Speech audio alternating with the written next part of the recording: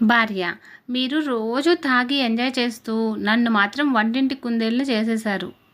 భర్త: నేను తాగి సుఖపడుతున్నాననే కదా నీ అనుమానం. ఒకసారి ఈ మందు రుచి చూడు, తెలుస్తుంది నీకు. భార్య: ఛీ, ఇంత చండాలంగా ఉందేంటి?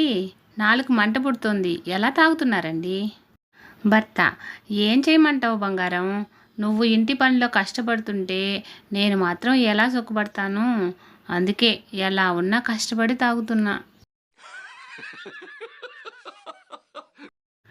అమ్మ: చింటూ, ఆంటీకి ముద్దు పెట్టమ్మా. కొడుకు: నేను పెట్టను. అమ్మ: ఎందుకురా పెట్టవు? కొడుకు: మార్నింగు డాడీ పెడితే చెప్పుతో కొట్టింది. రైల్లో టీ, కాఫీ రెండూ ఒకే రకంగా ఉంటాయి. అప్పటికి అమ్మేవాడు అరుస్తూనే ఉంటాడు, ఆ చాయ్ కాఫే, ఆ కాఫే చాయ్. మనమే సరిగ్గా విన్నాం. శరత్: ఏరా సంపత్, ఎందుకు ఏడుస్తున్నావు?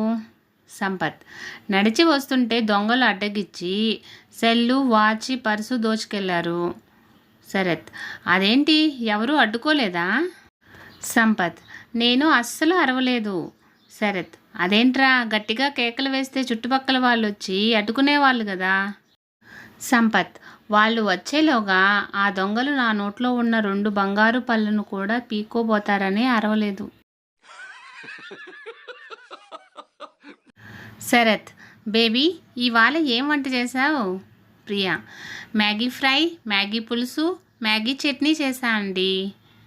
శరత్: మధ్యాహ్నం లంచ్ బాక్స్లో మ్యాగీనే కదా చేసి పెట్టావు, మళ్ళీ అవేంటి? ప్రియా: నాకు మ్యాగీ తప్ప ఏదీ రాదండి. శరత్: పెళ్లి చూపులప్పుడు మా అమ్మ ఈ 2 నిమిషాల్లోనే వంట పూర్తి చేసేస్తుంది అంటే ఏదో ఊహించుకున్నా, ఇదన్నమాట.